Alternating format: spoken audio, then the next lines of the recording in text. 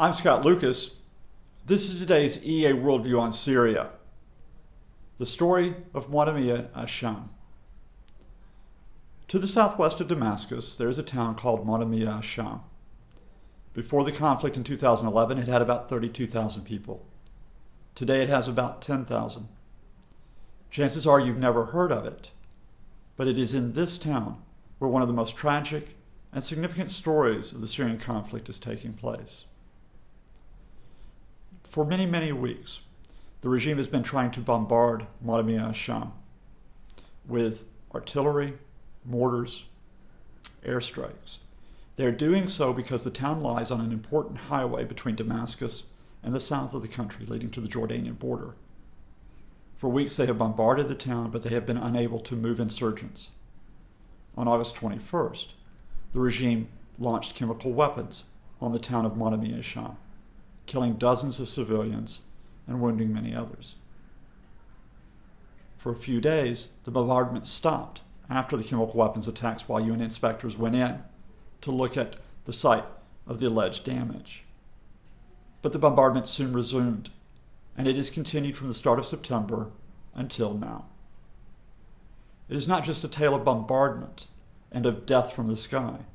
This is also the tale of a siege, for the regime has been encircling the town, cutting off all access, preventing supply and food reaching the civilians. Civilians who are malnourished, who are starving, and in some cases have died. Last weekend, after images of some of the deaths and the starvation got out, the regime finally agreed with the Red Cross to bring in a few buses. Those buses evacuated about 1,200 people from Moadamiyyat Ash Sham. Not only residents of the town, but of the nearby town of Daraya, which has also been bombarded by the regime and where people had fled. Those 1,200 people supposedly were going to be kept in a safe shelter in the capital, fed, clothed, and housed. In fact, 72 hours later, we don't know where they are. We don't know if they are safe. And some of the evacuees have gotten word back that at least 10 teenage boys have been interrogated and abused by Syrian authorities. We don't know where these people are. We do know that about 10,000 people are left behind in Moadamiyyat Ash Sham, and they cannot get food because the aid supplies have been held up by the regime, have been blocked, and indeed some of that food aid has been stolen by the Syrian army, taken and sold to people in regime-controlled areas. So there is no relief. There is no happy story and prospect for the people who are still there. But this is not just the story of an ongoing tragedy, something to pull at the heart and to remind us of the toll of this conflict. It is a story with a lesson. You probably have not heard of Moadamiyyat Ash Sham over the last month because instead you have heard about the confiscation of Syria's chemical weapons, or if you have heard about the supposed tale of extremists who are now dominating the insurgency and rampaging through the north of the country. Those stories divert from what is happening.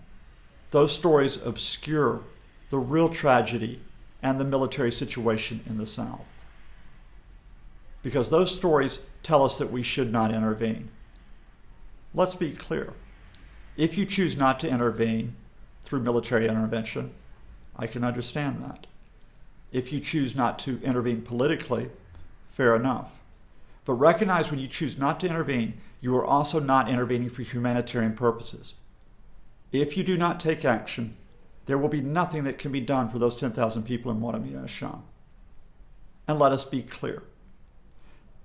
If you argue that there is some type of illusory peace conference that you can obtain, if by arguing that you in effect are saying that President Assad can remain in power, even after the chemical weapons attacks, even after the protracted attacks on civilians, then you are going to watch as people in Moadamiyyat Ash Sham continue to starve, disappear, and die. Or rather, you may choose not to watch, but that price still will be paid.